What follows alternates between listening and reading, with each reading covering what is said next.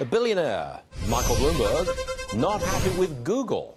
Here's the quote from Bloomberg himself, former mayor of New York. Google's decision not to renew a contract to develop artificial intelligence for the Defense Department was a victory for the employees who had protested it. He also calls the move a defeat for national security and patriotism. Joining us now, the Next Revolution host, Steve Hilton. Little background here, Steve. I know you know it, but for the benefit of our viewers, Google employees didn't like working on artificial intelligence projects for the military. They thought it was war work. So they demanded that Google step back, and they did. I think that's terrible. Bloomberg says it's pretty bad. What says Steve Hilton? Well, look, it's even worse than he says. First of all, let's just remember Google is a private company. It has to run its business.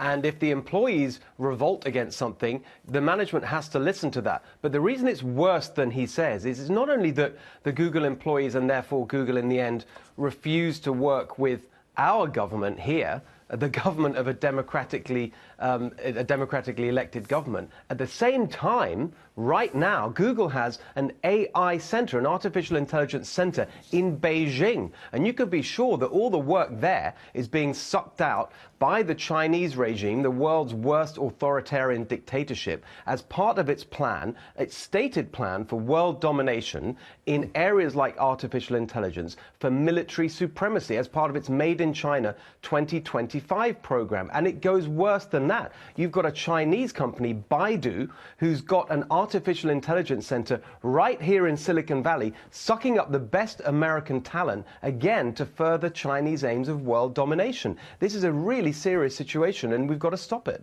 Yeah, and how do we stop it? I mean, I think there is going to be, fairly soon, a serious move to break Google up, because it's got all these different branches and avenues with a monopoly in some situations. I think they're primed for an antitrust challenge. What say you? I've long argued that not just in the tech sector, but right across the economy, we've seen this concentration of economic power that is bad for our economy, it's bad for society. And so I think that that antitrust argument is going to be really important for companies like Google, but also in other sectors like the insurance companies and so on. But the real answer here to the national security challenge that Mike Bloomberg correctly raised is actually not relying on the companies. What you've got to see is a much tougher attitude from our government to say to companies like Google, you cannot cooperate with the Chinese government. You can't be in China, because if you're in China, spreading your best technology and your best knowledge, that's helping an enemy of America. And only the government, our government, can actually require those companies not to cooperate in that way. What you're talking about has to be part of the US-China trade negotiations, the diplomatic negotiations between the two. Google is right in there, isn't it? The highest level. Yes, and they want to get more in there. You know, a few years ago, quite rightly, Google said, we're not going to be in China. Right. No matter how much money we can make, we don't think it's okay to be in a place where views are censored and it's a brutal, corrupt, authoritarian regime. We don't want any part of that. But that's changed. They're trying to get back in. This AI center is part of that. And I think it's time that the government here said to these companies, you can't do that. You have to choose between America or our enemy, China.